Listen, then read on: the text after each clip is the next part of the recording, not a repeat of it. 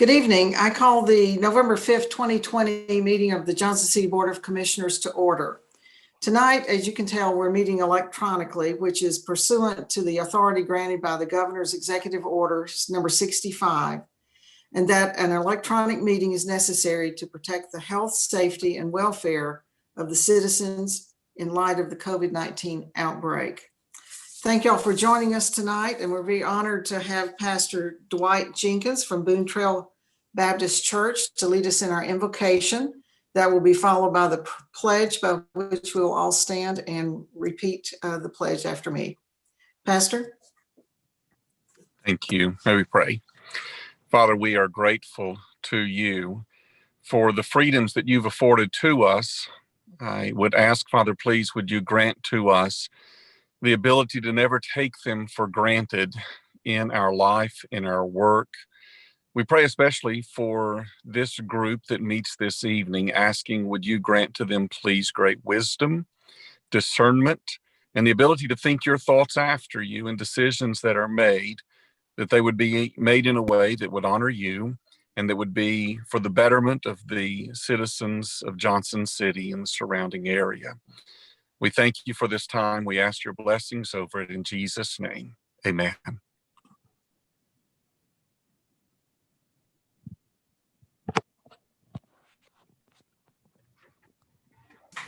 Please stand. I pledge allegiance to the flag of the United States of America and to the republic for which it stands, one nation, under God, indivisible, with liberty and justice for all. Thank you. Okay, Mr. Peterson, I will turn it over to you. Thank you, Mayor. Your first order of business is consideration of the minutes from your regularly scheduled meeting held on Thursday, October the 15th. Okay. Commissioners, do I have a motion to approve? Move to approve. Second. All right, a motion and a second. Is there any other discussion on the minutes? Ms. Jennings, we needed to call the roll as a part of the electronic meeting. Can you call the roll on this, and it also suffice for calling the roll the first time? Absolutely. Or we'll do it twice if we need to. I'm sorry. Maybe we should do it twice. Okay. What if I back up? I'll call the roll for attendance. Okay. Commissioner Calhoun. Present. Commissioner Fowler is absent. Commissioner Hunter. Yes, ma'am. Vice Mayor Wise. He's on mute. Mayor You're on Brock. mute. I'm here, sorry. Present. Okay. Now, for consideration of the minutes from the last scheduled meeting, I have a motion and second. Commissioner Calhoun. Yes. Commissioner Fowler is absent. Commissioner Hunter. Yes. Vice Mayor Wise. Yes. Mayor Brock. Yes. The next order of business is the presentation of a proclamation recognizing Small Business Saturday. Mayor? Okay, I think we have some recipients who are in the green room. Ms. Graham, would you bring them onto the screen?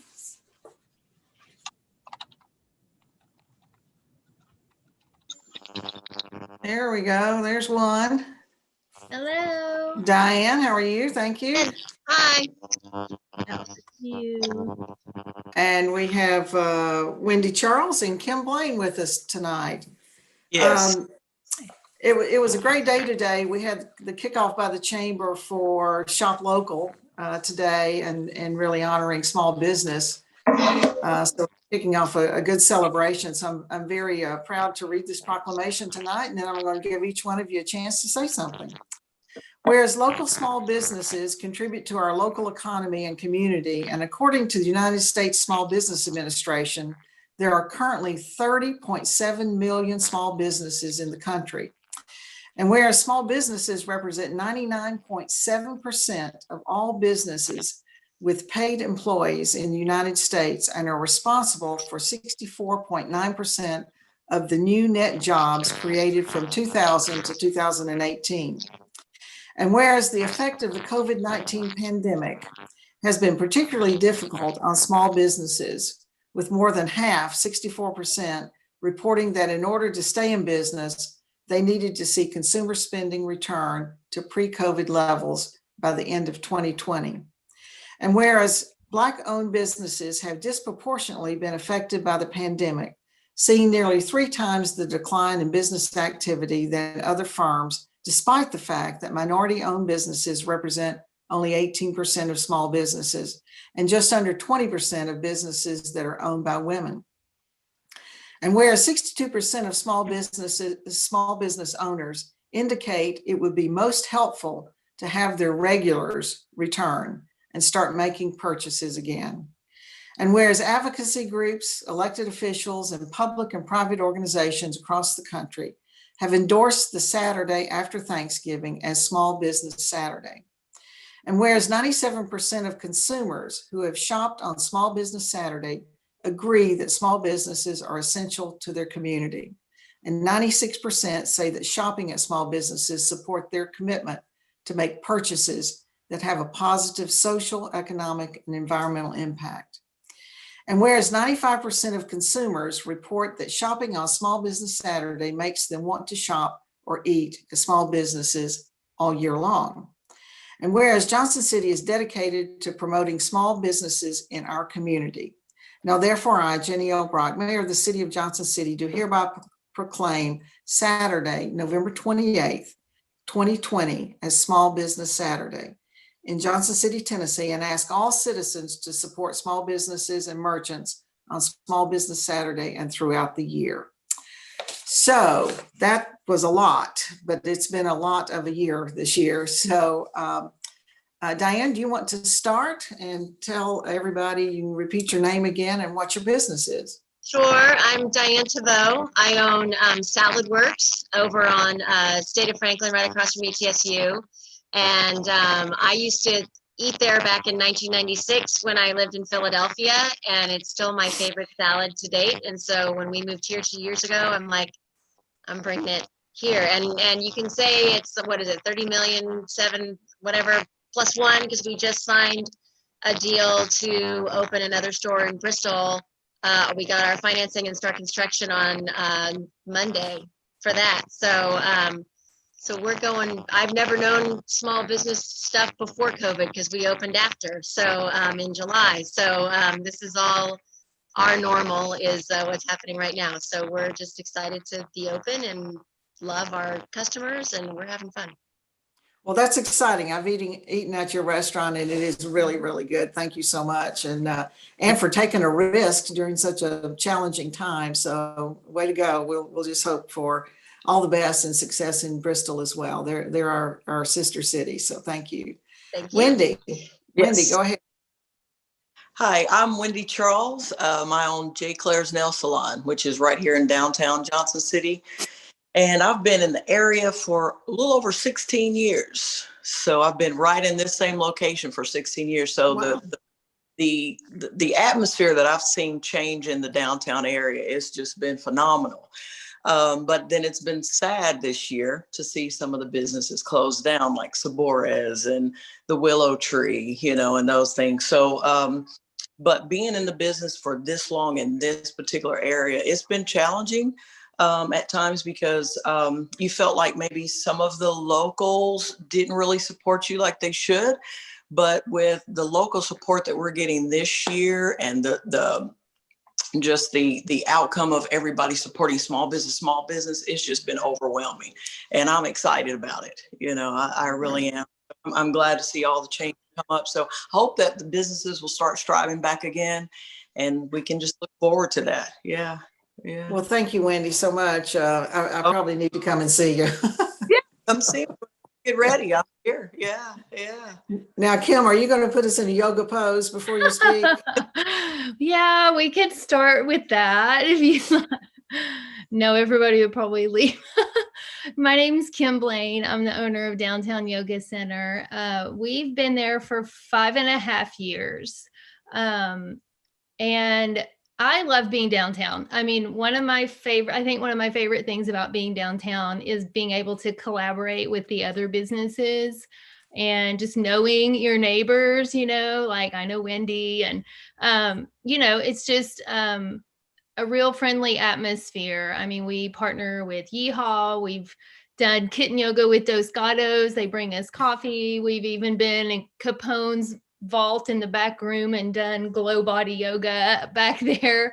So I just love doing things like that with the community. And I think if we can all like really try and do things like that with each other, that shows that we're pulling together and that we're supporting each other. So, you know, I hope we can continue to do more things like that. This whole year I've been saying, you know, when you sign up to be a business owner, whatever your gender is, you never know the things that you're going to find yourself doing. Like, I know things about electricity now that I never thought I would know. I know how to like troubleshoot Wi-Fi and all of these things. None of us ever thought we'd have to know the things that we know now, like ever. So it's hard to make decisions that possibly affect, you know, the health and wellness, well, can definitely affect the health and wellness of your people who are your clients and you care about. And you also care about what you do and you want to be there for those people and do what you do and keep the spirit alive. So I think, you know, for me, that's been the hardest challenge is, you know, none of us ever thought we'd be signing up for these kinds of decisions. But like I said, I think, you know, I hope heading into the holiday season, that spirit just comes to life for all of us. And, you know, Small Business Saturday, I think is a great way to just get people, you know, back downtown, walking around and visiting our shops and, you know, just wanting to come back more. Well, thank y'all. I'm sure the word socially distance wasn't a part of your business plans, but you know, that's where we are. And I guess the encouragement, as I read in the proclamation, you need your customers back for sure. And so our message to everybody is just do this.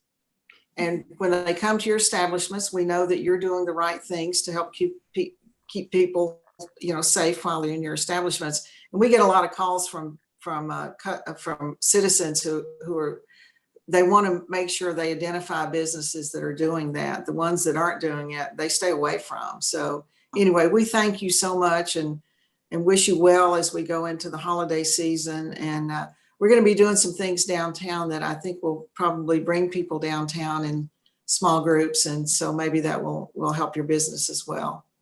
Yep. Yeah. Sounds great. So thank you. Anything from any commissioner to our small business owners? They're all on mute. So anyway, but thank y'all so much. Okay. Thank you. Thank you. Mayor, your next order of business is consideration of a beer license application for Cracker Barrel Old Country Store, doing business as Cracker Barrel Old Country Store number 311, located at 2692 Boones Creek Road in Johnson City.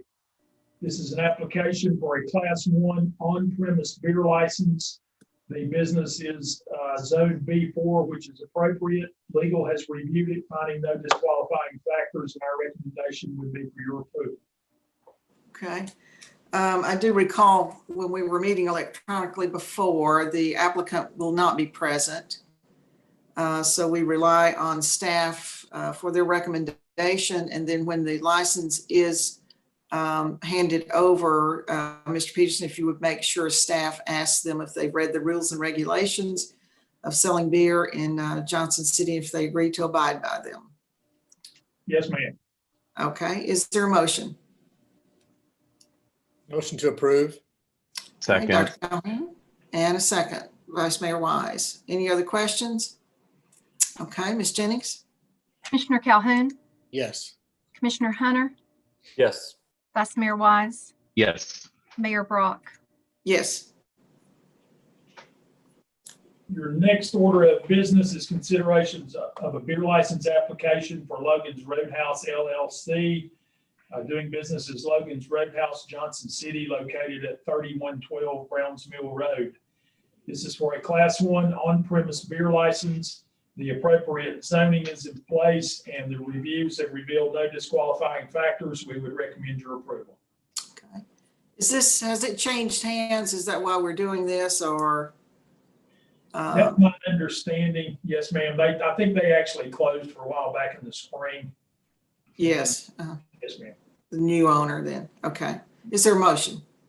Move approval. Is there a second? Second. Okay, motion and a second. Any other questions? Ms. Jennings? Commissioner Calhoun, Yes.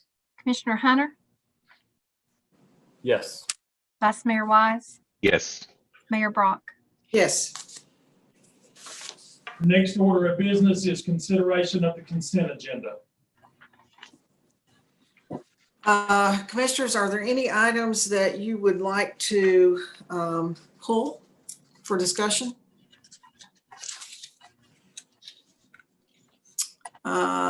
Commissioner Hunter? No. Okay, Commissioner Calhoun? No, ma'am. Vice Mayor? I think we should pull 6.1.3. It's been so long since I remember a materials reimbursement that it might be worth just a quick summary of why we do that. Okay. And I would like to also pull 6.1.1 on the budget amendment. So we have those two things, Mr. Peterson, if we could just go to 6.1.1 and just kind of give us the highlights of that. I know we discussed an agenda review just a little bit, but we'd like to see what you brought back on that one. Yes, ma'am. As you recall, when the COVID pandemic hit in March, at that time, a lot of business in the economy shut down. And as a result of that, we made some revised budget forecasts and made a number of changes in our operations. As a result of that, in conjunction with the economy being much better than what we had anticipated over the balance of that fiscal year, our revenues exceeded budget by $385,000, and our expenditures were under budget by $3.8 million, which resulted in a fund balance increase of $3.7 million instead of a budgeted $1.45 million drawdown. A lot of the expenditure savings were we pulled $700,000 out of resurfacing at the end of last fiscal year. We did not fill open and vacant positions. We did not hire probably 130 or 40 part-time summer positions that we normally hire. We made a number of operational changes in order to get expenditures under control in anticipation of a much worse financial position than what we realized. As a result of that, we came out, as I said, about $3.8 million better than what we had anticipated. So what we're doing here is asking you to consider amending this year's budget. And the amendments consist of adding $1 million to the Public Works resurfacing budget. This will replenish the $700,000 worth of work that was budgeted and programmed last year that we did not do, and an additional $300,000 to help us finish some areas that really need quick attention. The other part of the amendment is based on our employees consistently going above and beyond to ensure continuity of service and the delivery of quality services during the pandemic. Lots of sacrifices, lots of overtime, lots of people being reassigned to different types of work, different positions. Of course, we had a number of people that were potentially exposed to COVID patients on a daily basis. We are recommending that all full-time employees who were employed before July the 1st, 2020 to receive a one-time payment of $500, and all part-time employees who were employed before July the 1st, 2020 would receive a $250 one-time payment. These would be net amounts to the employee. The cost to all funds That would be general fund as well as the enterprise. Total cost is going to be about $500,000. Approximately 300 or just a little bit better than that will be general fund. The balance would be charged back to the enterprise funds. Okay. Mr. Peterson, I'm really glad you brought both of these forward in the budget amendment. I know from the street fund, that's going to be a real help. We still have a long way to go in getting our streets up to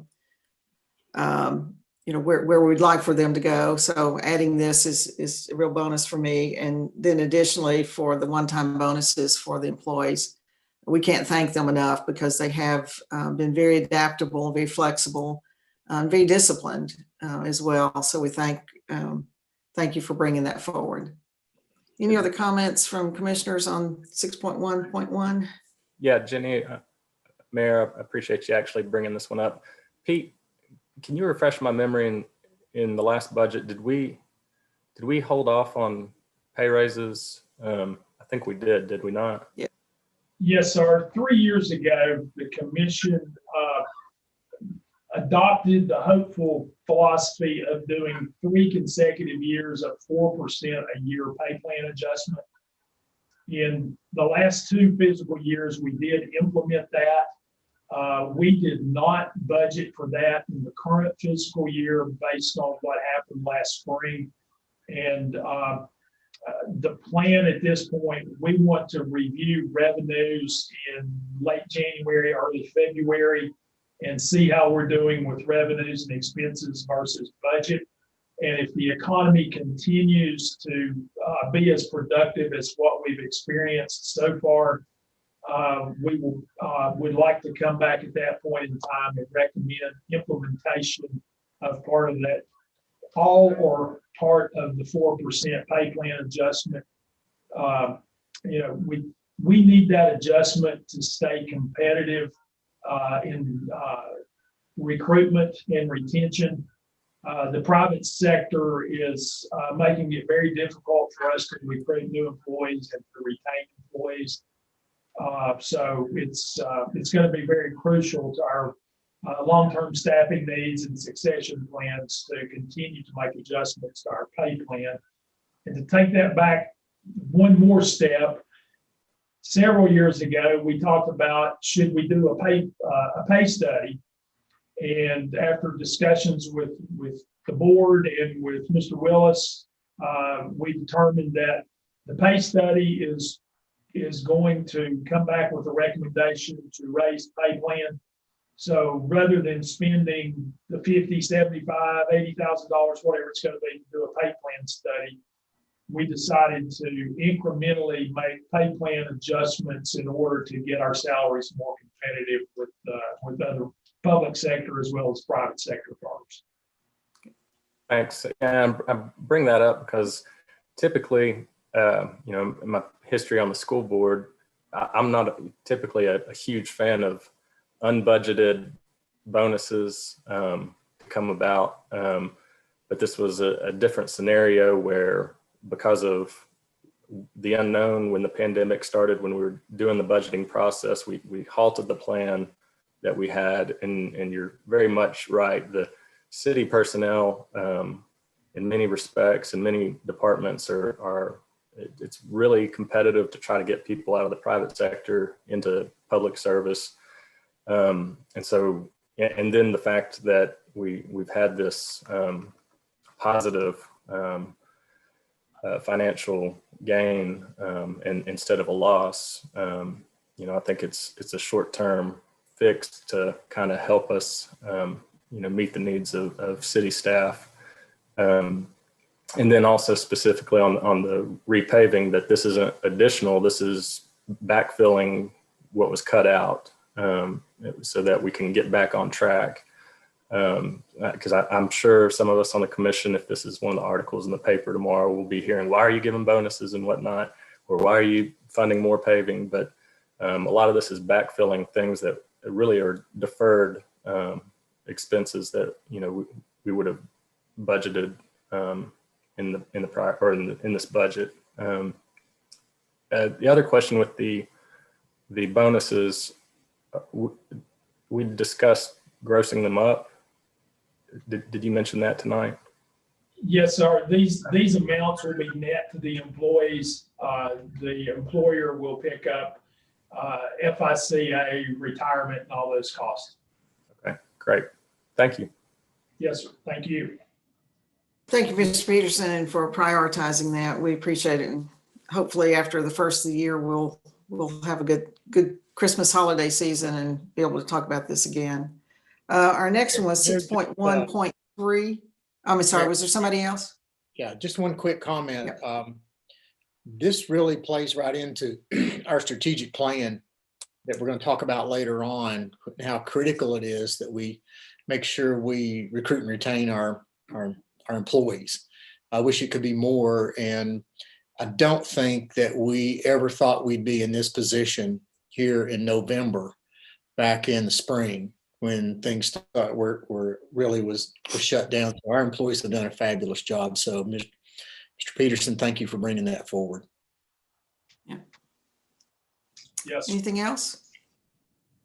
All right, we'll move to 6.1.3. Vice Mayor, you just wanted kind of a review of this. Yeah, it's something we've done a lot of in our history. We haven't done much of it lately because there haven't been a lot of subdivisions. And so I think it's worth just speaking to how we support that development process. Okay, Mr. Peterson? I've got Mr. Witherspoon standing by. Tom, if I'll let you explain the materials reimbursement program, please, sir. Yes, sir. Thank you. Mayor and Commissioners. The materials agreement process was adopted by the city in the late 70s, early 80s. It is only utilized for developments that are inside the corporate limits, only utilized for infrastructure that is public infrastructure and the appropriate size.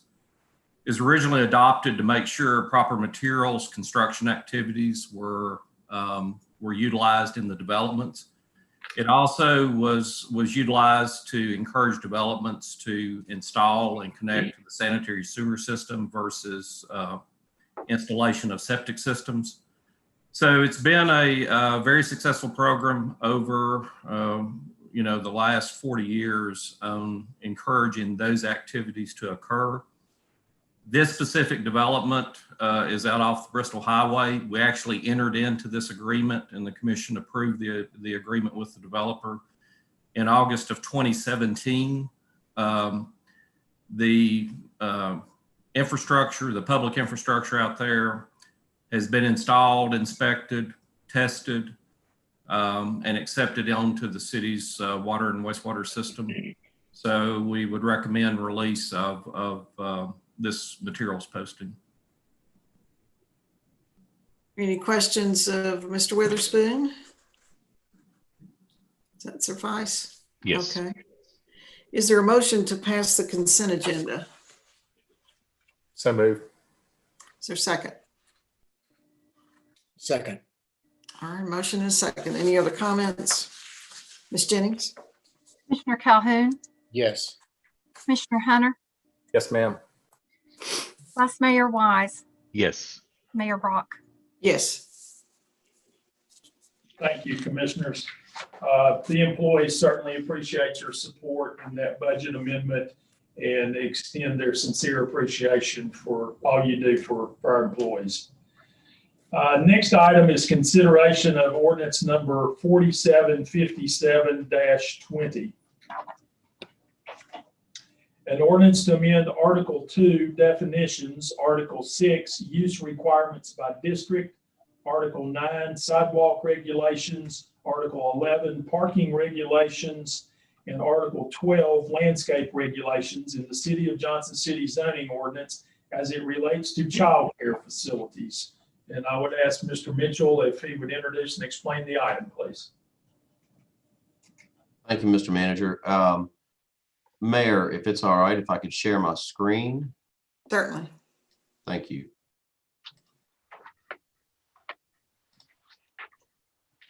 So we'll go through a brief presentation. As the city manager noted, this is a requested amendment to the zoning ordinance related to child care facilities. There have been many discussions, both in-house and you hear it on the news, that dependent care is a nationwide issue. Specifically here locally, we do have a shortage of qualified licensed facilities, and there are a number of reasons behind that. Part of that, we believe there are barriers to entry. There was an individual who came from DHS, Tennessee Department of Human Services, and spoke at the Planning Commission meeting. And she indicated that there are a number of facilities, daycare facilities, that are operating illegally throughout the state, not just here, but throughout the entire state, because of barriers to entry. And the goal of DHS is to have licensed, qualified facilities that they know are caring for our children in a way that is consistent with state law and can be audited and inspected and are being held accountable. There are multiple levels of government regulation that are often in play when folks are trying to open up any kind of a facility. The state has numerous regulations. And then, of course, you have the local zoning and building code. So what can we do at the local level to address this issue? And what we're proposing is to focus on the land use concerns and really leave the care of the child and the specifics around how the child is being cared for, leave that up to the state, to the primary regulating authority. So what we're proposing to do are a couple of things. One, and we believe this is important before you really engage in any change to the amendment or change to the text, whether that be from a land use consideration or even specific to the children. But first of all, is to align your definitions. Make sure that we're all speaking the same language.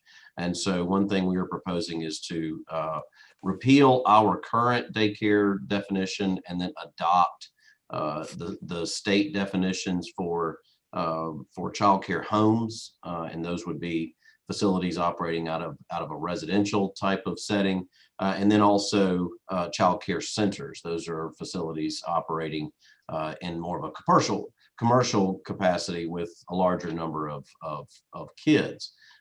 You'll see here on the right-hand side of the screen, this little table right here represents the definitions that you see on the left, that a family child care home has a minimum of 5 kids, a maximum of 7. And then you go up from there up to 8 and 12. And then your child care centers, your commercial centers, have a minimum of 13 or 15 with really no max. And I'll show you 2 examples as we get into it. The second part of this is to, as I noted, eliminate barriers in our own local ordinance. And so we're going to start at the residential level, looking at the family child care homes and the group child care homes. One thing that we would like to do is make it a permitted land use. Currently, these are not by right uses, meaning they have to get a special exception from the Board of Zoning Appeals. So we'd like for it to be a permitted land use as long as it meets certain criteria. We'd like to eliminate the minimum 1.5 acre requirement. We believe that is an arbitrary number and not one that really does anything to benefit anyone other than just to guarantee that you have a lot of land before you can have any kids come and be cared for in your home. The state takes care of managing the amount of space that is required per child, so we don't believe that that's necessary. Eliminate a requirement that these facilities be located along arterial or collector roads. That automatically, especially in a residential setting, automatically knocks out any and all residential operations in your typical neighborhood local street. And then finally, eliminate the need for a screening requirement. The the woman that came and spoke from DHS at the Planning Commission meeting indicated that that was not a necessity, at least at a local level. As you get into the commercial centers, we're recommending to eliminate a maximum of 100 children. Again, that's a state level procedure. Let's leave that up to the state to decide the total number of kids. Eliminate a prohibition on commercial centers being located in a cul-de-sac. And then, of course, the maximum square feet of 5,000. Some of these facilities might have 70, 75 children and need to be larger than 5,000 square feet. But again, let's leave some of those operations or some of those conditions up to the state. So one thing I'd like to do is point out, and I pulled, this is a screenshot of the Department of Human Services licensure, where you can search any and all licensed facilities for daycare. And so, to be fair, so that I'm not picking on anybody in the Tri-Cities, I just picked on Hamilton County, which is down in Chattanooga. And you can see here on the screen, and obviously you could choose Washington County, Carter County, Unicoi, and you could do the same thing locally. But by choosing the appropriate county, you can find qualified licensed facilities, and it will give you the name of the facility, the type of the facility, what their star rating is, their total capacity, minimum and maximum ages, their operating hours, and then other information that is appropriate. So this is important because not only are they searchable, but that also helps hold them accountable because they are public. We know where children are being cared for, and these facilities are being inspected and audited by the state. So I'll give you two examples, both at the residential level and at the commercial level. What we are proposing, and especially in terms of matching up our definitions, the family or group child care home would again be limited or be, the intent is for this to be operated out of a typical residential setting. So again, kind of picking on Chattanooga here for a minute. This is 131 Rolling Ridge Drive. This is one of the addresses that was listed there on that DHS page. This is a current licensed facility, and you'll see it's in a single family neighborhood along a local road, and that's what it looks like. This is someone's single family home, but they choose to operate a family care home. This particular one has a max of 7 children, and in our own local situation, this type of facility would be located in the R1 to R3 zoning. Looking at it at a commercial level, the child care center, which is a minimum of 13 children and above. Again, this is in Hamilton County. Looking here, you can see the map. This is clearly not a single family residential area. This is more of a commercial area. This is in Soddy Daisy. You'll see here, this one's located at 9834 Dayton Pike. This is a minimum of 13 children. I know just from looking this one up, this one has 70 kids. And in our local situation, it would be the R4 zoning and above, which is the multifamily and above. And this is what it looks like from the street. So this is your typical commercial care center, and one that you would find in a multifamily zoning or any other commercial zoning application. So those are our recommendations. The exact language has been provided to you in the ordinance. Again, Planning Commission considered this at their last meeting, and they were unanimous in their recommendation. I'll turn it back over to you. Thank you. Okay, Mr. Peterson, is there anything you want to add to that before we move forward? Again, what's being altered here are land use and zoning regulations, and that's all. This has nothing to do with requirements for licensure or life safety codes, building codes, anything like that. We, in conversations with local businesses and prior to COVID and since COVID, lots of conversations with employees and parents of school-aged children who are having to learn remotely. Childcare is a huge issue. It seems like childcare came up in every COVID conversation I've had for the last 9 months. And this is an effort to maintain neighborhood integrity, appropriate land use, and but yet at the same time try to streamline the process of regulating and locating childcare. So we would recommend your approval. Okay, very good. I don't know who has to take the slides down. I can so do we that. Get the screens back up. Mhm. Very good, thank you. And Mr. Peterson, we might also mention as well, I mean, we know there are a lot of state regulations that we have new representatives going to Nashville, and Mr. Peterson and I have already talked with them about, you know, something good, because we have to get good quality childcare more abundant in our community, is for them to take it to the state too and ask for reviews of all the regulations on how they oversee childcare, and you know, what might be helpful there if they take that review and perhaps can make some adjustments as well. So thank you a lot. Do I have a motion for approval? Move Ordinance. approval. Okay, is there a second? Do we have a second? Yes, second. Okay, Mr. Calhoun. All right, any other discussion? Ms. Jennings? Commissioner Calhoun, Yes. Commissioner Hunter, Yes. Vice Mayor Wise, Yes. Mayor Brock. Yes. Your next order of business is consider reauthorization and extending the MOU between the city and the Johnson City Industrial Development Board. As you will recall, we entered into an agreement with the IDB, gosh, it's probably 5 or 6 years ago. They are charged with overseeing and administering any of our incentives to business in the industry as it may relate to property tax abatements, incentives, those types of things.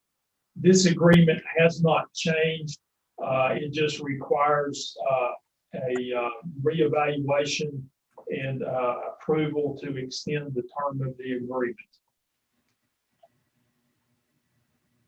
Okay, Ms. Summers is here.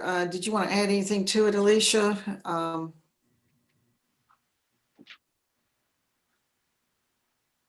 No, I think Mr. Peterson covered it. I guess I will add one thing, is that the MOU was originally entered into between the City Commission and the Industrial Development Board in November of 2014. And we've had presented our annual pilot reports each year.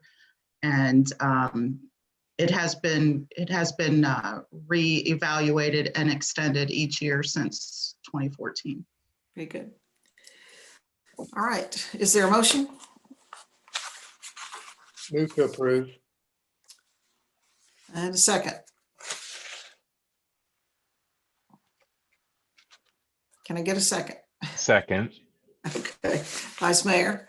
Any other questions for Ms. Summers or Mr. Peterson? Okay, Ms. Jennings? Commissioner Calhoun, Yes. Commissioner Hunter, Yes. Vice Mayor Wise, Yes. Mayor Brock. Yes. Thank you, Ms. Summers, for coming. Thank you for having me. The next item for agenda for approval is consider adoption of the 2020 Washington County Johnson City Hazard Mitigation Plan. If you will recall, this is something that our emergency management agency and Mr. Sells put together. This addresses identification of potential hazards, natural disasters, those types of things. And this mitigation plan helps us plan to how to mitigate physical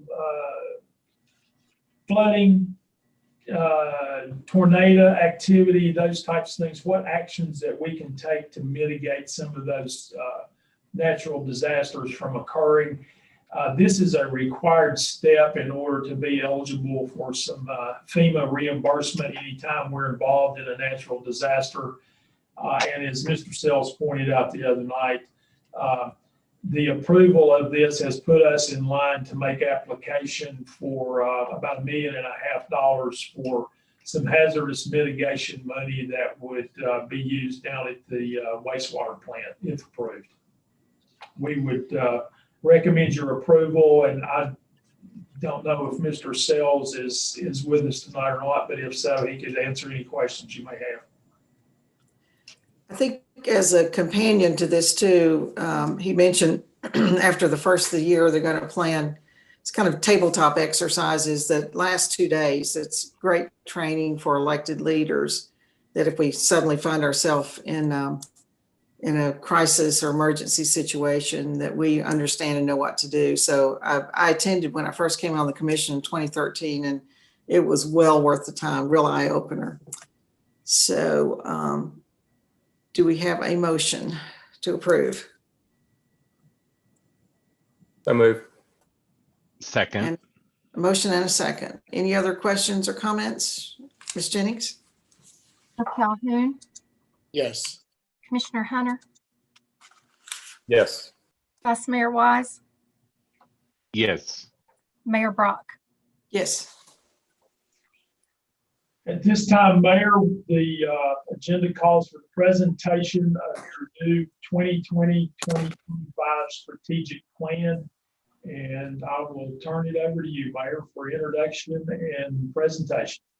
All right. Thank you very much. We'll have it up on the screen here in just a minute, but just a couple of opening remarks to the public. We're really thrilled as a commission to be presenting this tonight. It's been a little bit of time in coming. We started last January of this year, and then of course we all got thrown a lot of curveballs, so got a bit working on other things, but we have gotten back to this. This commission has been very focused not only on today and quite honestly, with a lot of the challenges that we've been handed today and working very effectively there, but we can't take our eye off tomorrow. And so part of our jobs as elected leaders is to look at our community and where it's going. We know in Upper East Tennessee, we don't have the growth projections that Middle Tennessee or Chattanooga or Knoxville have, and maybe that's a good thing. But what we do need is kind of smart growth, and growth in a way that we can bring people to our community that are going to help raise the work related type jobs that we'd like to bring here. And as we look at the whole picture of how we keep and retain our young people and how we bring other people in to help move our community forward. And so this strategic plan is kind of a roadmap. It's a living document. It's not something that says we have to do it exactly this way, but it's a framework by which we as the city can look at, we kind of look at it in relationship to our budget and what we're going to be doing there. And for guidance as we work with our partners in the city who do a lot of the work for us in economic development and business development and tourism. So we're real proud of this. And so some of the fundamental things that we looked at, and you go to the next slide, Wendy. Don't know if you're going to be able to see that on the screen. Mine's pretty small, but this is just a letter to the public from your commission about why we were doing this and what we did to move this forward. One of the big things that we wanted to look at was the assets that we have here. We have people coming into our community from the outside, and they point out 10 things really, really quickly that they wish they had in their communities. And so a big part of this is to say, what do we already have here and how do we leverage it to get the kind of growth that we need? We've typically, and Mr. Peterson, correct me if my number's wrong, but we typically plan for about a 2% growth in our community year over year. But the projections have been even less than that. So we can either take a wait and see attitude and see who shows up here, or we can do some things with our infrastructure, with how we support small business, how we attract big business, and how we deal with even bigger corporations who would like to move here, to provide some incentives for them to come. So we have many, many assets in front of us, and this is something that we've looked at, and how, again, we leverage those things to be able to move forward. As we say in the kind of the last couple of sentences of this letter, we believe our city is poised for new growth, and that we must lay the groundwork now for our children and our grandchildren to enjoy this great city that we call home far into the future. You know, our founding fathers saw the potential in Johnson City, and they did so much to lay that groundwork for the city that we have today. And that's our job, to lay the groundwork for the residents of tomorrow. And that's what this piece is about. So you see your commission there, and I would like to take just a moment before we pass on to this slide. This is the current sitting commission. And we have Dr. Calhoun right in the middle of us there on the screen. And Larry, if I could say a word of gratitude for you. You stepped into a role that was, you know, the commission was at a very, very hard time when we appointed you with the loss of Dr. Van Brocklin, Ralph Van Brocklin. But you have stepped into his shoes and just done a marvelous job. You decided not to run for election in this recent cycle. And so we're going to miss you tremendously, but we are going to welcome Aaron Murphy, who won the election, to replace this seat. And we're looking forward to Mr. Murphy coming on board and rolling his sleeves up and working with us.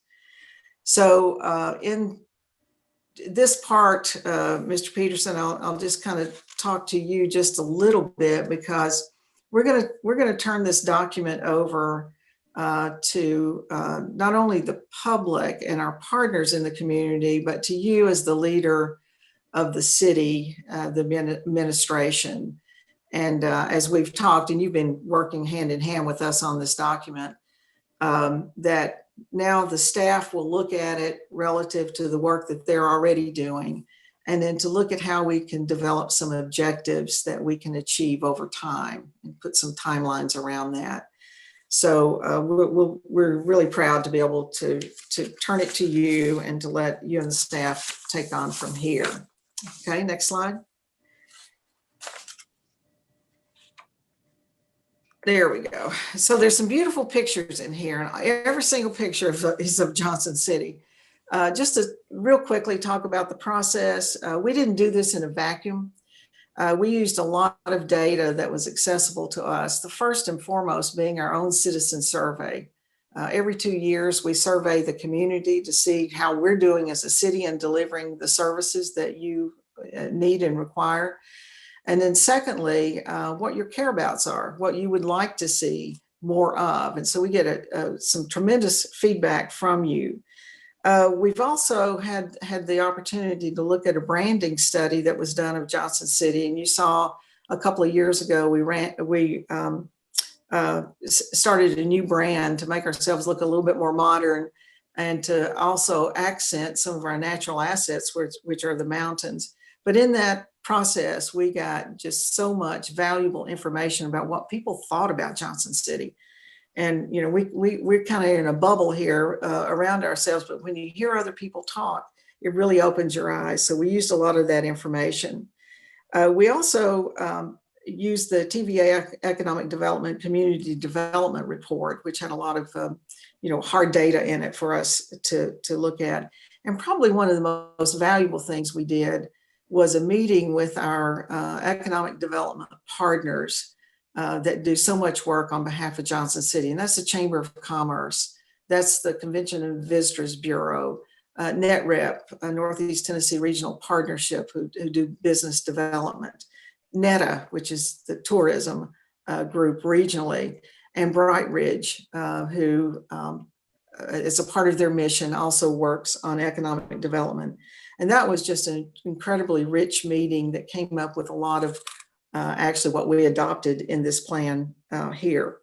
So taking all that into consideration, then we sat down and rolled our sleeves up and moved forward. Our vision that the commission and staff came up with is simply this. It's pretty small on the screen, so I'm going to read it.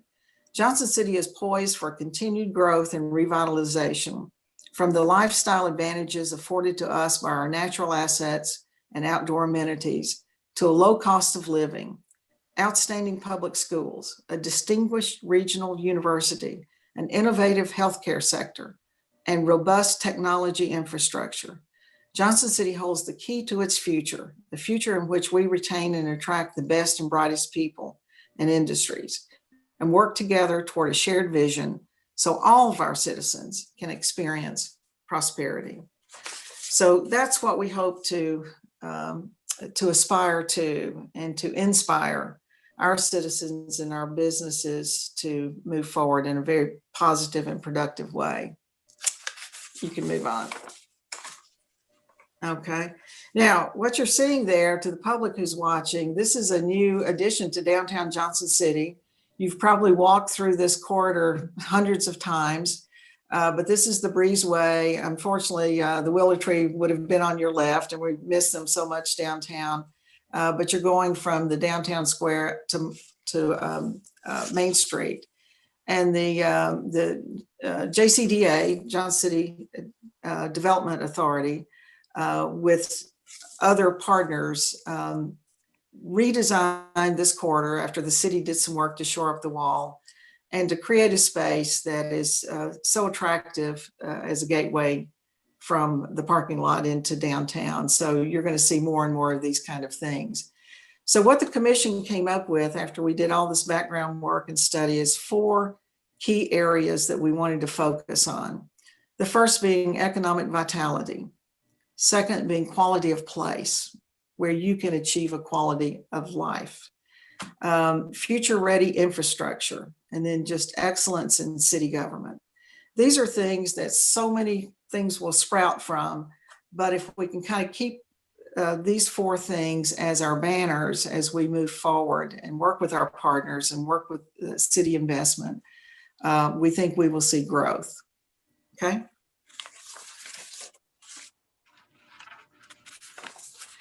So Dr. Fowler apologizes. He was unfortunately had a very close death in his family and couldn't be here tonight. So I'm taking his section right here. There are 4 sections, and each one of the commissioners was going to take one and kind of report out on it. So obviously economic vitality is kind of the underpinning of almost everything we do. To have a robust and hardy community, the prosperity and the economic achievement for all, needs to be accessible and available. So we must remain focused on our goal to move Johnson City forward through a strategic and intentional focus on economic growth while creatively managing current external forces on the economy. Supporting our educational system is critical to economic vitality. And we've come up with 5 kind of what we hope to achieve in this area. And I'm just going to kind of give a quick overview here.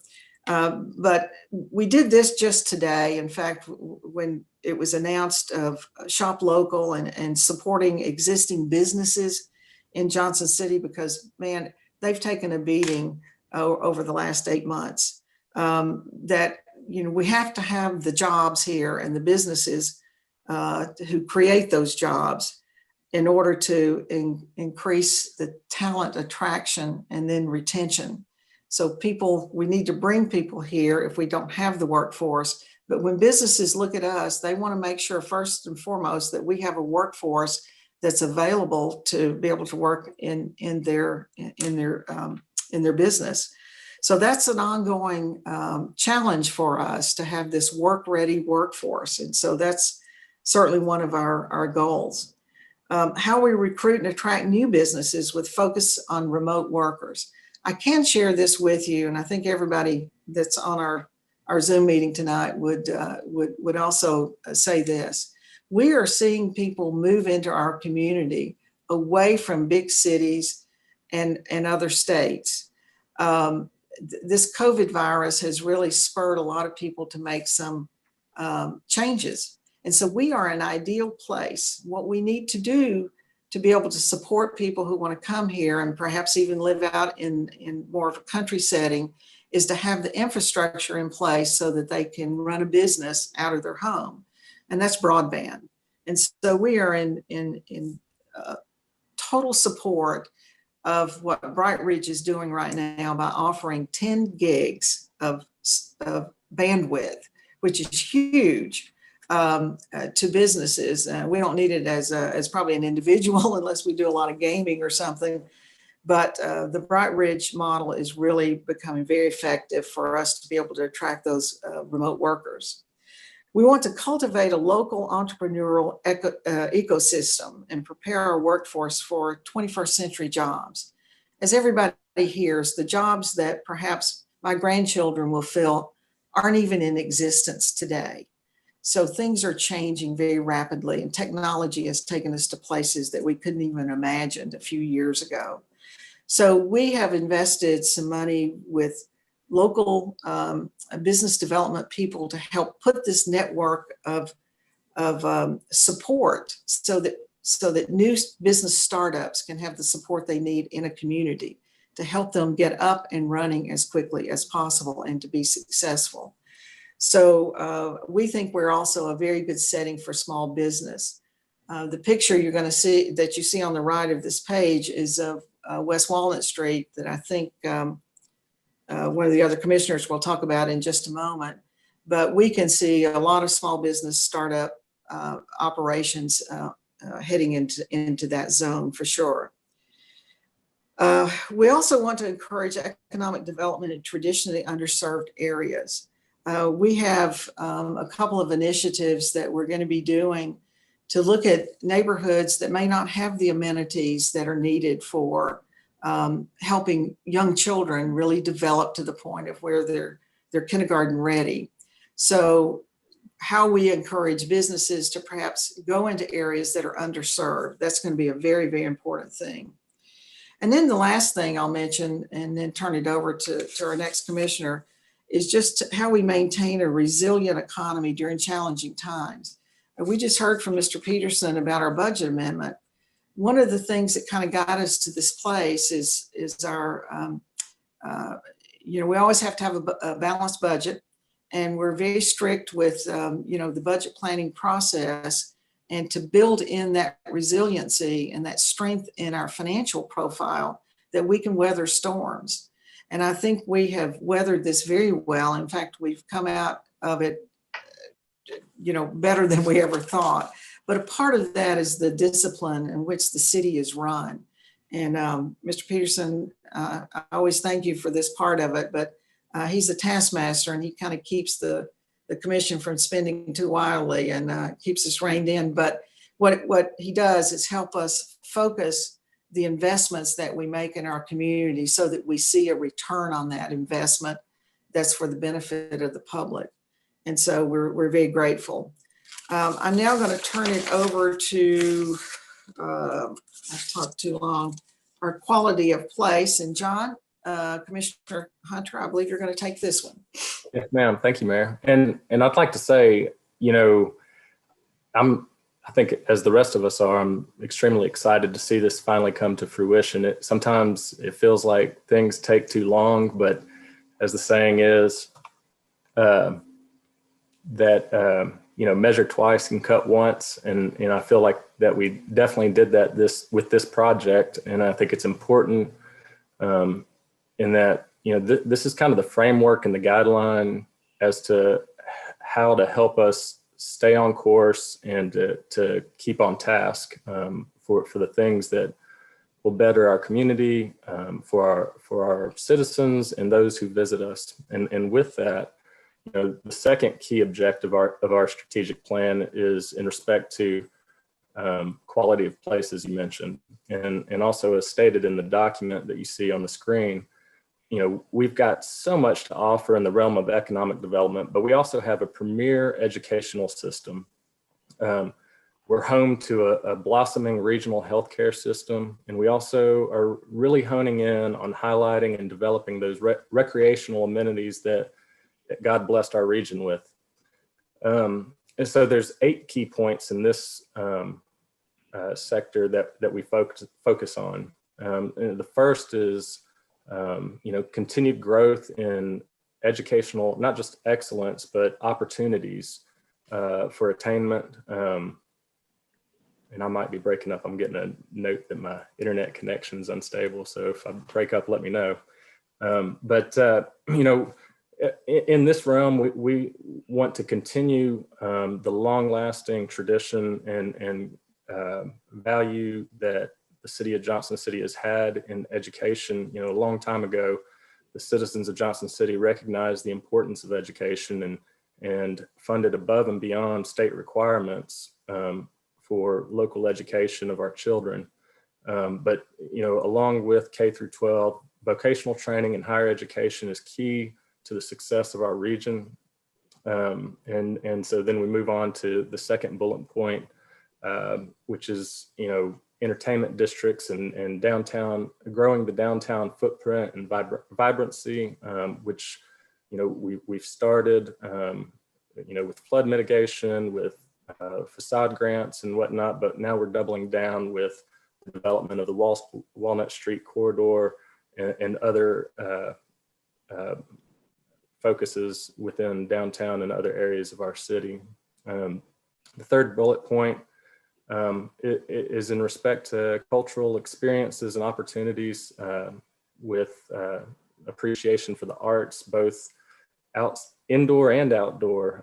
This past weekend, we were able to, spend time together recognizing the women's suffrage movement and the effect and the importance of women in Johnson City specifically to that movement, as well as just the state of Tennessee and the people of our great state, with a mural that is on in our downtown district now.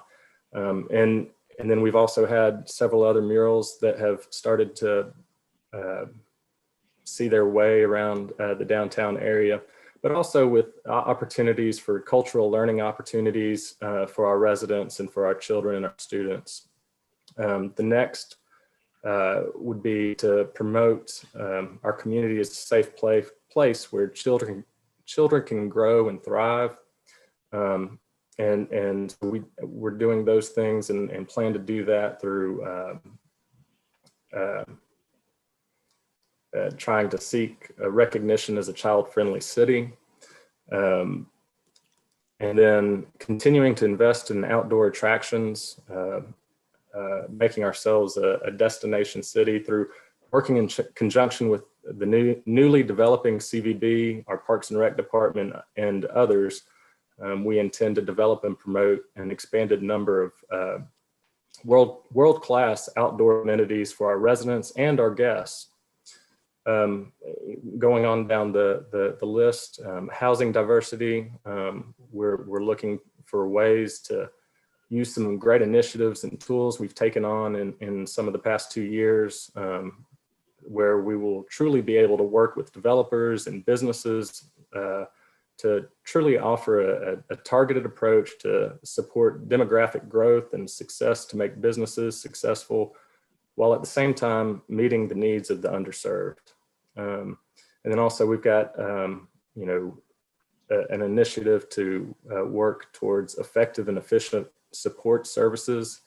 I think over the past couple of years, at least, we've been setting up models to effectively support childcare initiatives. We talked earlier about some zoning that we approved that will help with that, and to analyze and best practices where regulatory hurdles can possibly be removed. So in short, quality of place, I believe our goal is to make significant advances as a city in this initiative, to be known as a quality place for all different walks of life, ultimately to be a destination city for those looking for a place to call home and those looking for a place to visit. And now I'll turn it over, I believe, to Vice Mayor Wise.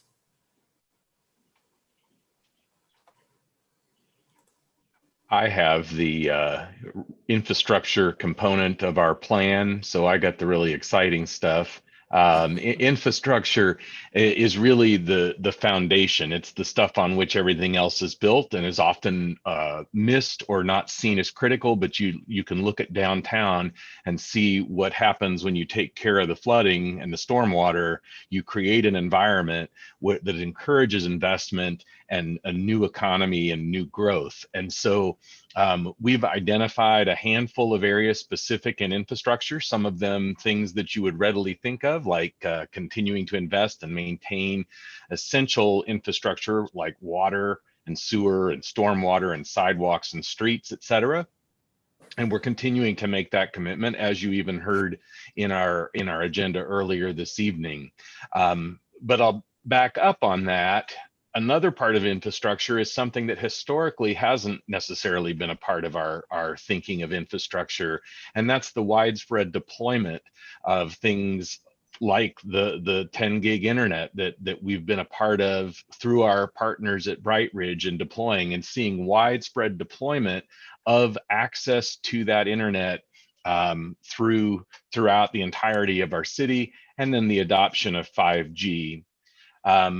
We have a history of having a great school system in Johnson City, and we want to continue to really support a best-in-class educational system K-12, while also recognizing opportunities in vocational training and higher education to ensure that all of our citizens have the opportunity to live healthy and productive and fulfilling lives. And then, while doing all of these things, being sensitive to the impact we're having on the environment. Johnson City has a long history of things like curbside recycling and using the gas methane coming off of Iris Glen in ways that are new, innovative, and creative. And we want to deploy those efforts in a way that minimize our impact. And then lastly, recognize that, as the mayor and others have said already, the way things have been, the way things are, and the way they will be in the future are going to be different. And so recognizing that electric vehicles appear to be on the horizon, and creating an infrastructure that will support those vehicles and other renewable energy sources is a part of that plan. We want to be the place people look to as a place prepared for growth and worthy of their investment. Very good. Now I think you're going to pass it on to Commissioner Calhoun. That's exactly what I was feeling like doing. Commissioner Calhoun. Thank you very much. The last strategy, if you will, in the strategic plan relates to excellence in city government. And that really focuses on effective and efficient operations. And you've already heard some examples, and you hear examples every single meeting about the things that our leaders do within Johnson City government. And a lot of that is so far and above what is happening in other areas. But we can't just sit back and say we're where we need to be. So we're trying to create a business and citizenry friendly environment. And as you see on what we hope to achieve in this particular area, which is sort of the goal, it relates to 5 different areas. One is well-qualified city staff. And part of the thing that we're going to do there is try to identify those barriers that prevent us from recruitment of qualified staff. I mean, we've got a major university here in Johnson City, and we have to work with our human resources department and find out what the city commission can do to help that along. Also inside that, developing the qualified staff is developing a succession plan. Now, far be it from me to say anything about the age of the leadership of our city. I would never go there. But any organization really has to have a succession plan to develop, prepare for the future, because the future will be here before we know it. The second bullet relates to how we what kind of data do we have that we make our decisions upon. And I think this is an area where we really can make some positive strides in developing what's called a dashboard, which is metrics for senior leadership and the commission to determine what direction do we go in. These are things like finance dashboard, things like opinion surveys and focus groups, where we're making decisions based on real data. The third bullet there relates to a term which we hear and say all the time, and that's customer service. And one of the things that we need to do is to be making some decisions about customer service that's based on real examples as opposed to anecdotal information. And that's where these post-interaction satisfaction surveys are going to take place. And it really does a better job of measuring. So that's going to be something that happens in the foreseeable future. You've already heard about our financial position right now, and we don't want to get comfortable because there's lots of reasons why we can't get comfortable, even though at this point in time, we're in a better place than we thought we would be 9 months ago. And this says we need to continue wise and fiscally responsible investments. And I'm really proud of our city leadership and where they have gotten us today. But this is something that really the strategic plan has to say, we got to keep an eye on this. And then finally, create a culture of employee empowerment, openness, and feedback. You're only as good as the ideas that's coming out and from the people that work in the city. And we need to do more to encourage this out of the box thinking and invest a lot more in employee training and education. And really, we need to see examples of this and then shine light on these examples. Summary on the excellence in city government is all these things really relate back to the strategy, which is effective and efficient operations. And that doesn't happen without strategic initiatives. And I will say, though, that our culture trumps our strategy 7 days a week. And I think that all of this together will develop a different culture for our city and take the culture that we have and build upon it. And Mayor, I'll turn it back over to you. Thank you, Commissioner Calhoun, and thanks to Commissioner Hunter and Vice Mayor for their parts of it too. You know, I think to the public that's watching tonight and to the employees who are tuning in, or hopefully will hear this tomorrow a little bit, I think you can hear from your commission that we are bullish on Johnson City. You know, I have had some people say to me, well, we really don't want to grow. We want to keep it like it is. But that you just can't financially sustain a community unless you grow.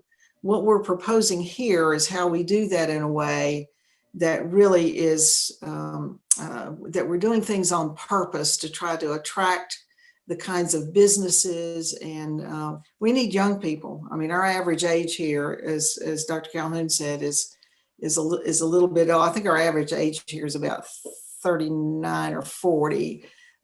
You go to Nashville and the average age is about 32. So we're a little bit older here, but we do need our young people, and we need to try to do whatever we can do. And if you see this picture that's on the screen right now, just for young people to keep them to stay here. You know, when we invested in Tannery Knobs, you know, you had some people saying, this is great. Look at that view. That's wonderful. And other people saying, why are you wasting money up there? Well, we're investing money, and we're investing in this young person that's right here on this bicycle, that they can have the amenities in this community that will attract them to stay here. Now, as I said in my opening remarks, we don't do this alone at all. It takes the entire community. And I think as we kind of roll this strategic plan out, it is with our partners, our immediate partners like the Chamber and NetRep and the CVB and tourism and all the different folks that we work with, that we can begin to align our vision and our mission in a way that we can take the precious resources that we have and apply to these areas so we can see significant growth. And so they're a part of this as well as we begin to kind of laser focus on the things that we're looking for. But it also involves every citizen in Johnson City. You know, some of the best ambassadors for Johnson City are you, the people who live here. And, you know, we just, there's some ammunition in this strategic plan that you can use if you need other ammunition to do that. But certainly our greatest assets are this incredible beauty that we have around here. And we do, even though some people say, well, I don't like taxes and it costs too much, but we have one of the lowest tax rates. We have the lowest city tax rate in the you know, Upper East Tennessee. And we try to keep it as low as possible. The cost of government services, you know, continue to increase just like they do in your home.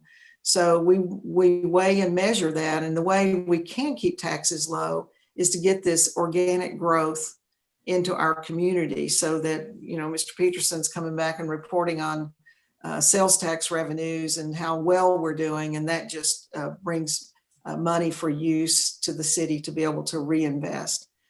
So yes, we are bullish on Johnson City, and we want to plant the seeds for our future.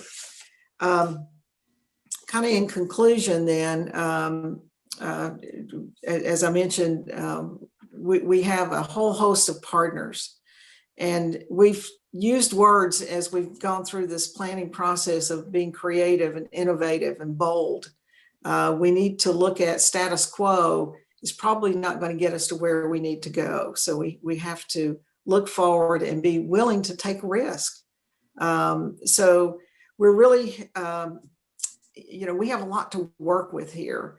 And so as we leverage that, we think we can do it in a way that will bring a better quality of life for people who live here and have economic advantages, that we have great jobs and that we can be very competitive. So with that, Mr. Peterson, actually, before I turn it over to you, we will actually take a vote on this to approve it. And so if I could call on the commission for a motion. Move to approve. All right. And so motion and a second. Ms. Jennings, would you call the roll? Calhoun, Yes. Commissioner Hunter, Yes. Vice Mayor Wise, Yes. Mayor Brock. Yes. And at our next, at our first meeting with the new commission, we will adopt it for that commission to move forward. So Mr. Peterson, it's a great deal of pride and honor that this commission present this to you and to all the employees of the city. And we'll use it as kind of a roadmap, as Commissioner Hunter said, and a framework that we can move forward. So, any other comment? Yes, sir. We certainly appreciate all of the time and effort that you have put forth to produce this fine product. As you pointed out, this is really the roadmap that will lead us through the next 5 years, 10 years. I shared the document earlier with the leadership team and have charged them with reviewing and beginning to develop an implementation plan with specific action steps and timelines, where hopefully we can get back to you in the next 4 to 6 weeks with a pretty detailed response to the strategic plan that you know, kind of put some meat on the bones of the plan itself, so that we can identify specific tasks and arrange them in some sort of priority. And that sets us up to for our budget process next spring, because not all, but the vast majority of these action steps will require some level of funding. And we certainly need to sit down with you and make sure that we're coordinated and have things prioritized as you would have us do, and so that we can include those action steps into the budget process. So again, thank you very much, and we look forward to working with you to move the strategic plan forward and to make Johnson City an even greater place than what we already have. Very good, thank you. And I'd like also in January, if we bring our partners back together that we met with last January, and we'll review this document with them. I've already sent it to them. So we'll be ready to kind of move forward on that. But thank you. And to my colleagues on the commission, thank you so much. It's kind of helped us grow and kind of get connected together as well. So thank you a lot. So commission, I guess that was our last item. We'll go around the horn to see if anybody has some things you want to share. I do have a call for public input. Oh, I thank you, Miss. Do we have anyone here for public input? I'll let him in. Okay, I'm sorry. I do apologize. We got too excited here. I did.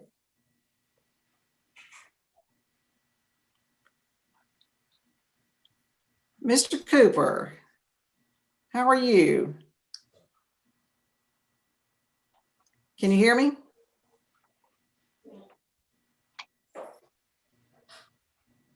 Okay, I'm sorry. I do apologize. Can you hear me? Dr. Cooper, Yeah. can you hear me? Yes, I can. Okay, I didn't realize you were the Mark Cooper who was going to be on here. How are you? Hey, Jenny, how How are are you? Let me turn the TV off here. I'm All good. right. How about you? I'm doing fine, thank you. So you'll have 3 minutes to present your what you would like for us to hear. Okay. And we have someone who keeps the time for us even, so go right ahead. Well, better going then.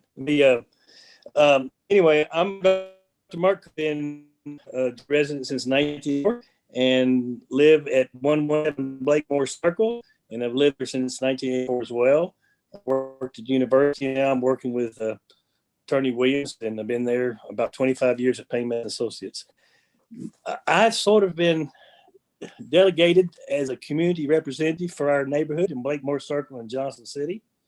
And they have some concerns about some development that has been probably approved by the commission.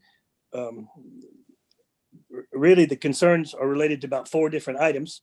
One is that I think Mr. Myers would like to put in 22 units, 11 duplexes in rather a small area on the corner of Blakemore Circle and Johnson City.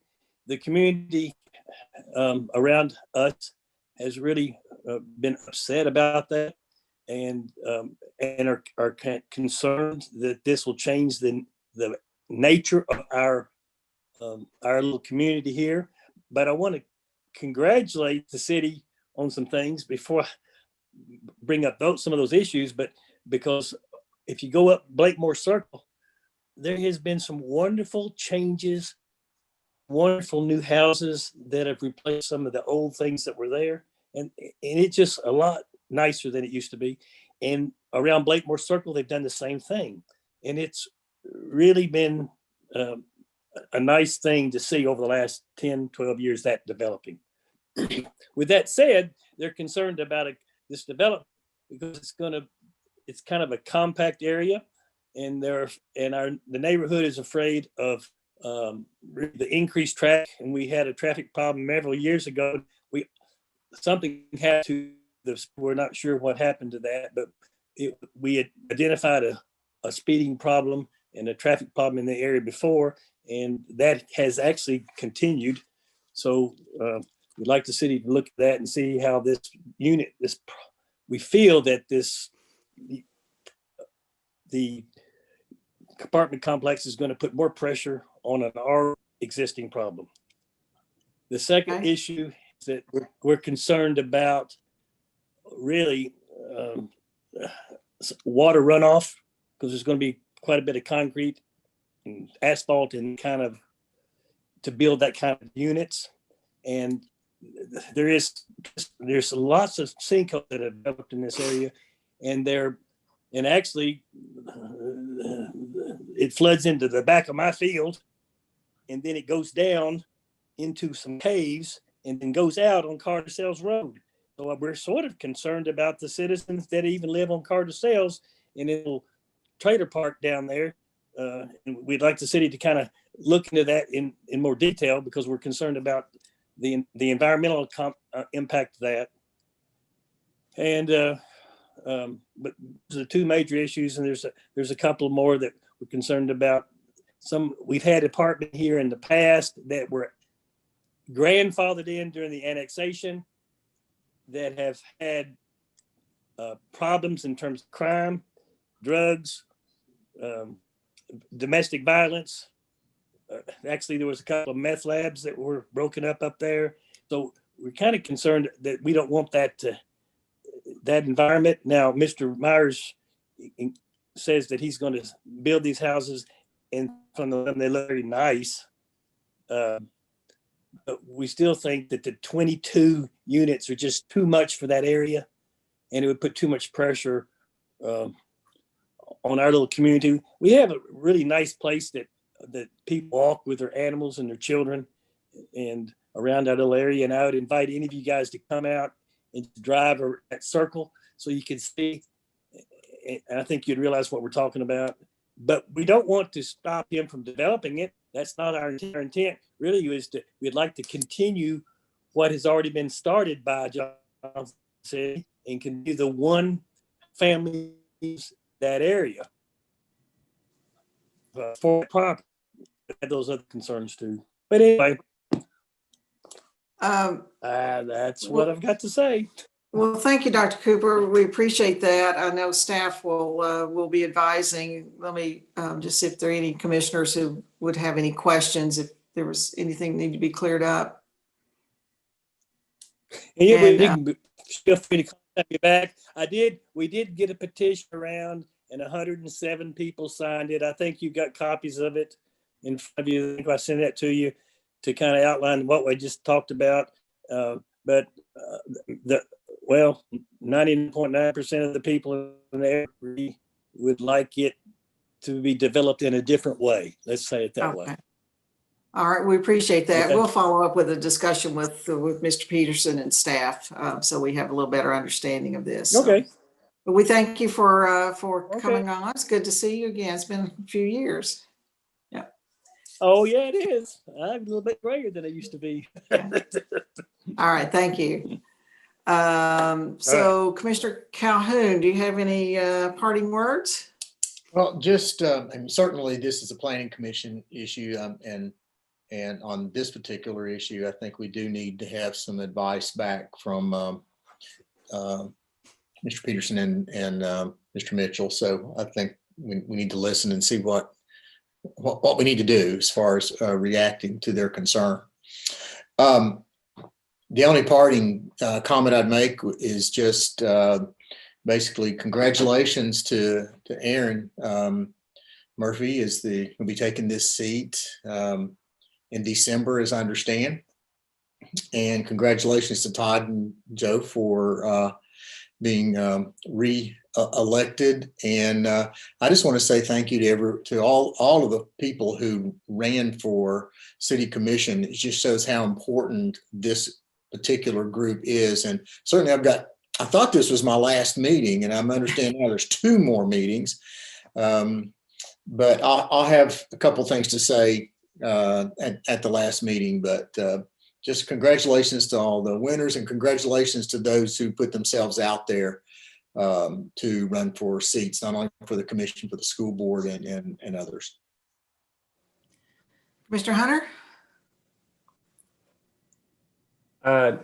Yeah, nothing major. Like Dr. Calhoun, I'd like to, congratulate those who were reelected and elected. Congratulations, Vice Mayor, and of course, Dr. Fowler and Aaron Murphy. Excited to work with Aaron and of course, Todd and Joe. And then, I think we've had a few days of decline in positive test rates, which is a great thing. It's still in the double-digit percentage. And I just want to encourage people to continue, washing hands, sanitizing their workspaces, social distancing, and wearing masks when needed. I encourage being proactive by incorporating exercise into your daily routine, taking vitamins such as zinc and vitamin D and C. These prevent the spread of COVID and help your immune system, as well as other viruses and ailments such as the flu. So I don't mean to sound dramatic or anything, or to have overkill on the subject, but this is flu season, and we are in the middle of a pandemic. We do have people in our area that have underlying conditions that we care about and that we want to take care of. So I just encourage people to take care and have respect for their fellow citizens, and just be mindful of others during this time. Thank you. Vice Mayor? I've got nothing more to add. Thank you. Okay. Well, I guess we asked, do you have all your yard signs up yet? I hope we're almost done. That's supposed to be happening this evening. If by tomorrow you see one of my signs somewhere, please send me an email, because I think by Yeah. tomorrow we won't know about it. Yeah. Well, I will also add on to the other comments, and congratulations for being reelected. We look forward to our continued work together. For the public, running for office is not an easy thing. It takes a lot of dedication and time and sorting things out. And so I also want to commend all those who were willing to step up to run for office. And so we've had three new members on the school board. We'll have one new member on the commission board, and look forward to Aaron Murphy joining us. But we are glad election time is over and all the signs can be picked up, and we can just start looking forward then to a little bit of holiday time. Speaking of the holiday, one of the things that is very sad for a lot of us is that we're not going to be able to have the turkey trot this year. Last year we probably had close to 5,000 people down in Legion Street who did the event. It's become a real tradition in Johnson City. And we were hoping things would get better and that we could start small waves and, have people on their way. And, but as Commissioner Hunter said, we have a lot of community spread now of the virus, and it just didn't make sense to do it. It's the wrong message that we are sending as a city to, be very cautious, even in small groups. We're also encouraging, and the CDC is encouraging families not to have big family gatherings at Thanksgiving time. I usually have 30 people at my house. It won't be that way this year. I think it'll be 7. But we have been very careful in our family. My personal family had 6 cases of COVID because they had just a dinner, and they let their guard down. They weren't thinking that, gee, a family member's been out and they could bring it back in. That's exactly what happened. So we just still need to be cautious. For some people, they just have a bad case of flu and that kind of thing. For other people, it's very, very hard on them. And then, of course, our mortality rate just continues to increase here in our area. So we need to be cautious, wear a mask. It's a small sacrifice. None of us like to wear them, but I have noticed in cold weather to have a mask on keeps me warmer now. So I kind of feel like I'm missing something if I don't have it on. But anyway, we are encouraging everybody for the turkey trot. We're having a virtual. You can sign up. We have great shirts. The shirts are classic this year. They kind of reflect what kind of year 2020's been. I know you'll want to get one. You'll get a shirt, you'll get a medallion, you'll get your racing bib, and one of those buffs you can pull up that's logoed with this year's turkey trot. But you can do it in your neighborhood. We have 8 courses that are marked out in our parks. And so just take your small group family or a few friends in the neighborhood. And our theme this year is just you can't stop the trot, but you're going to have to do it on your own this year. And hopefully next year we'll be back to full bore for sure. So anyway, that's kind of all I had then. Anything else? Mr. Peterson, anything you wanted to add at the end? No, ma'am. I think we're in good shape. I'm glad to report, and less face, more space. Wash your hand, wear your mask. Let's be careful. too many people have made huge sacrifices over the last 9 months for us to get complacent now and start a huge regression in our fight against this COVID virus. So let's all be on the same team. Let's all play together. Let's all play smart and learn how to live with this virus through the winter and keep businesses and schools open. Thanks for all you do. Thanks for the strategic plan guidance, and we'll look forward to moving forward in the morning. Very good. Meeting adjourned.